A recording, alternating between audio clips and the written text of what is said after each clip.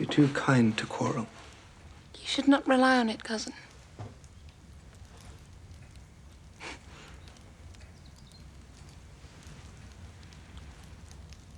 Fanny is the best girl alive.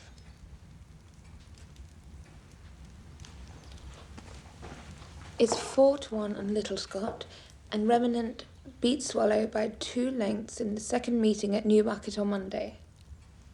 3-1 on Robinson.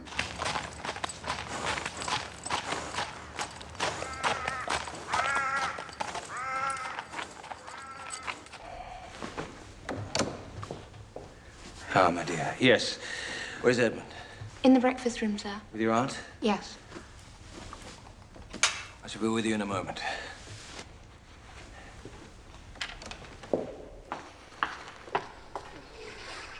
Anything like that, thank you. Oh. These are sad circumstances in which to meet again, Miss Price. It surprises me that Tom's sisters are happy to stay in London, but you are here. And I will do anything I can to help and comfort. Poor young man. If he were to be cut off now, in the flower of his days, it would be most tragic. None of us are troubling to be quite so pessimistic, Miss Crawford. I am justly reprimanded, but pray don't misunderstand me. By my honor, I never bribed a physician in my life. However, should Tom die, then wealth and consequence could fall into no hands more deserving of them. Is Edmund home? Am I come too late? I need to talk to you all, Miss Crawford. This concerns you, too.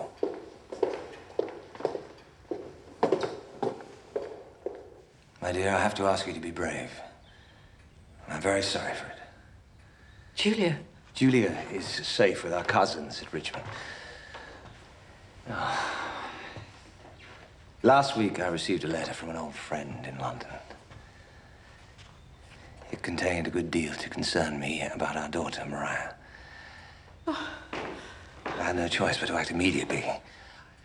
I went to town in the faint hope that my informant might be mistaken, or failing that I might at least reverse a desperate situation.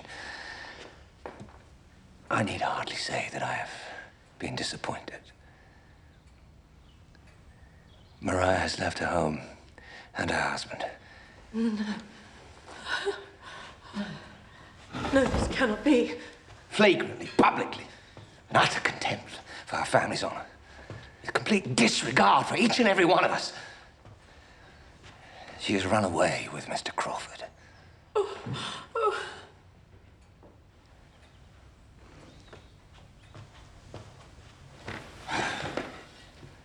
I'm become aware of my errors too late. I had hoped my daughters would grow up to be good. But I succeeded only in them being good-mannered. I knew my daughter no more than a stranger. A woman whose shoulder I might brush against without any inkling of her fears, her hopes, her passions. And now it's too late.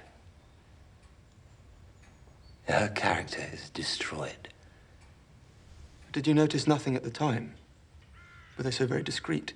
Discreet? If only they had been. 1 ounce of common discretion would have saved us. Saved us? Well, you don't think Henry set out to destroy the Rushworths' marriage? I don't mean to defend Henry at your sister's expense, but really, I could knock their silly heads together. I never imagined that they would really do it. And I'm sure we both thought Maria knew she'd had her penny's worth, to use the vulgar phrase, and would be content. Now, for 1 moment's stupidity, Maria has thrown away everything she gained by her marriage. Is that all you have to say? Please, don't think that I've forgotten Fanny. But foolish girl. If Fanny had accepted him, they might now even be married. And Henry's relationship with Mrs. Rushworth would be no more than a harmless little flirtation. Enough! You've said enough. Forgive me, but I have not yet made my point. Edmund, I beg you, advise your father not to interfere. You mean my father should collude in this business in the hope that Henry will marry Maria? Well, think, Edmund, think. Maria would recover some footing in society. Not all, of course, but... should the worst happen with your brother, then I mean, you and I, Edmund, would be in a position to help Mariah and accept her back here at Mansfield. I cannot believe what I'm hearing. Have you no sense of what this means? All you see is folly. A little embarrassment we can overcome if only we're sensible and we think straight for 5 minutes. Society will forgive us. What do I care about society? My father's shame will last forever. And my mother's grief, and I...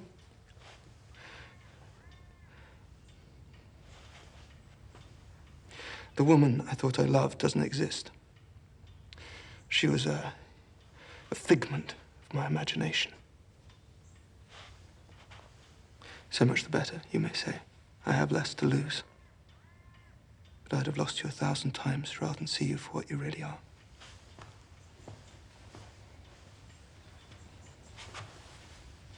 A pretty lecture, I must say. Will it be one of your sermons? Love is supposed to endure disappointment, is it not? Or so I am told.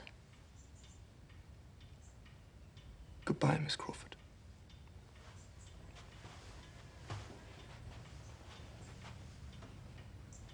I wish you well with all my heart.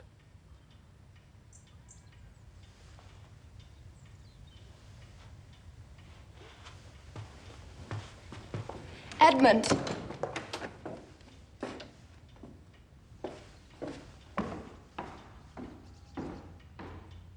Sweet stream that winds through yonder glade, apt emblem of a virtuous maid.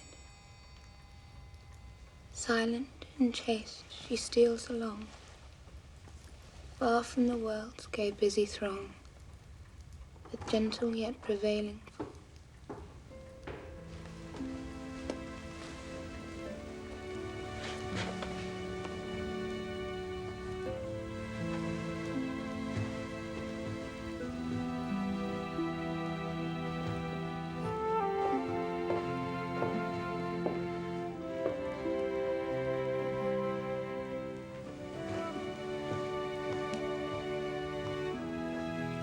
Edmund.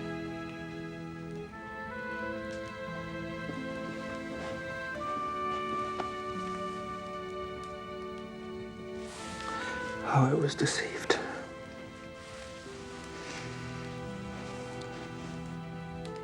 How I deceived myself.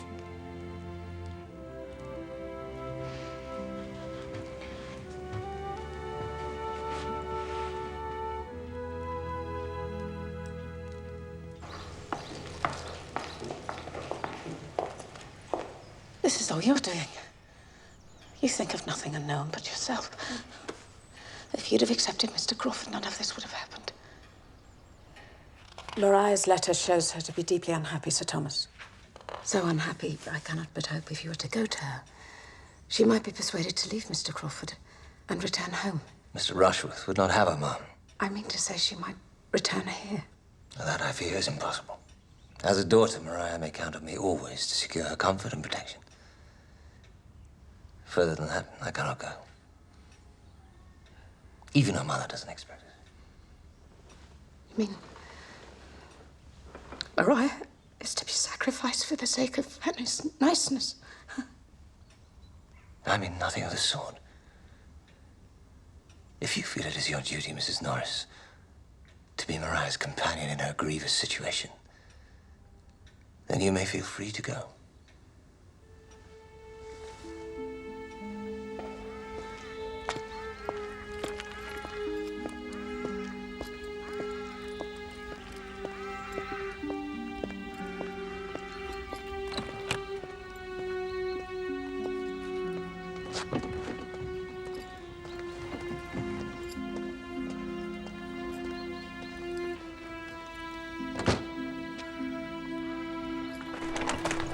Poor Mariah. I don't know who I feel more sorry for, Mariah or Aunt Norris. That's better. A frown doesn't suit you. Fanny! Fanny, my dear, where are you? I need you.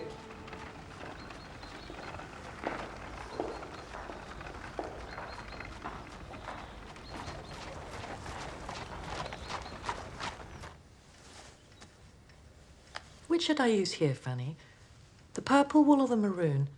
The purple hand.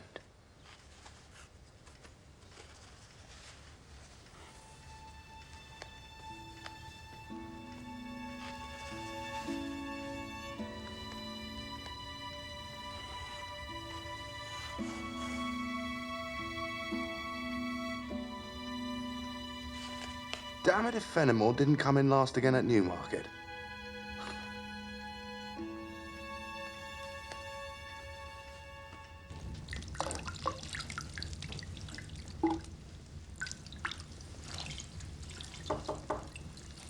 It's only me.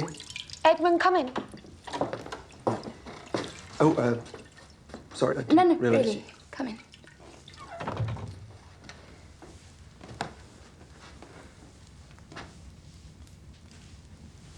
I only wanted to say,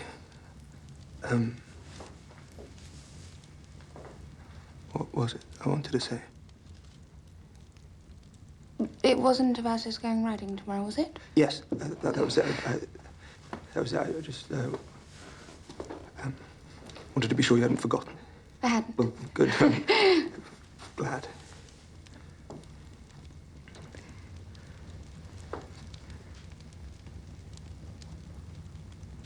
But now, Edmund, I really must go to bed. Yes, of course. Sorry. Well, then.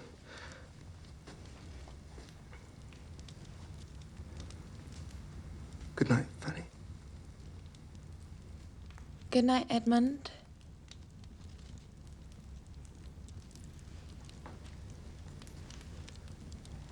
You know, I've always loved this room.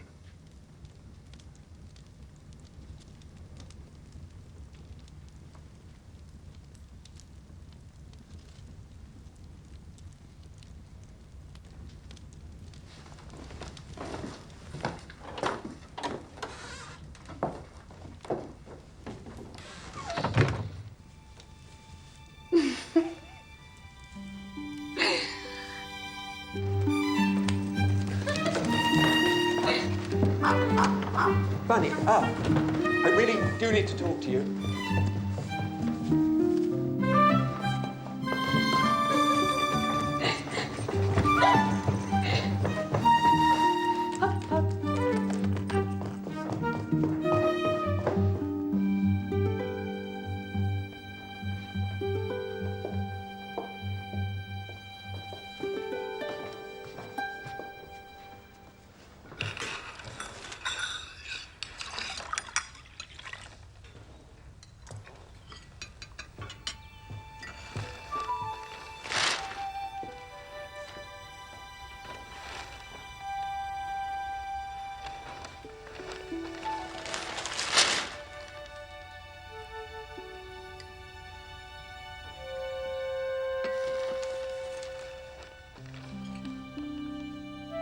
Fanny, my dear, I've quite run out of lavender. Pick some, won't you, before the sun gets too hot? Yes, Aunt, of course. And Edmund, find the scissors and go with her. Yes, of course. Edmund, if you remember, I need you to come into town with me this morning. I have several affairs with you. Not this morning, Sir Thomas. I'm sure your business can wait.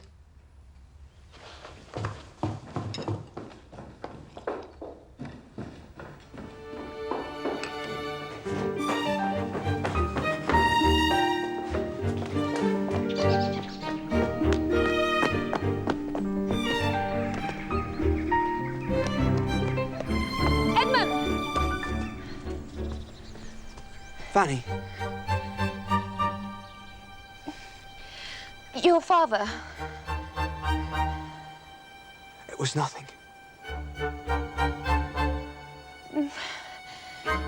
Lavender.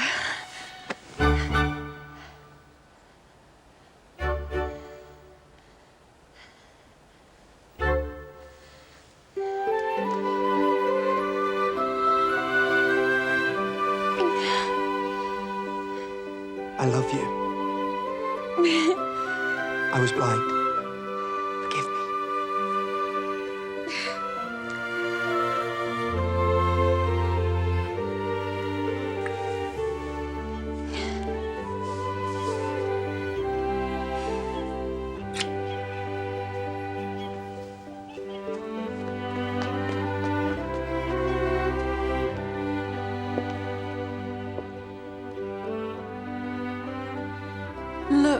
Thomas.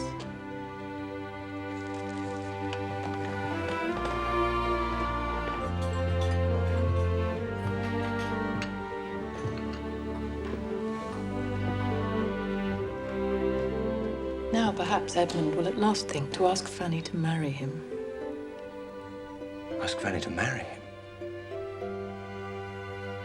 But surely... Oh, my dear. Fanny has been in love with Edmund since she was a little girl.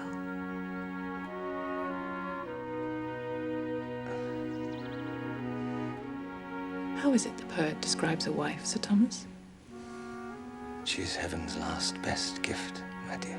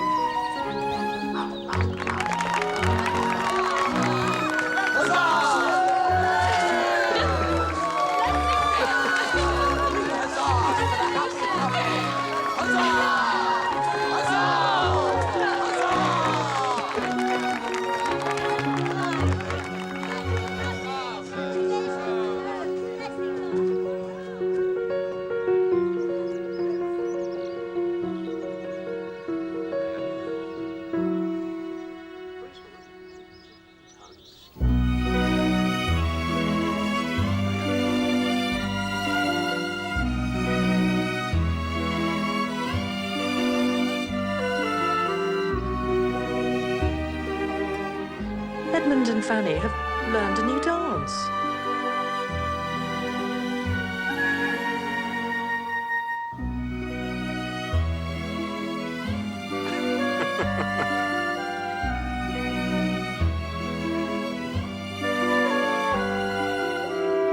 Is it possible to be so happy?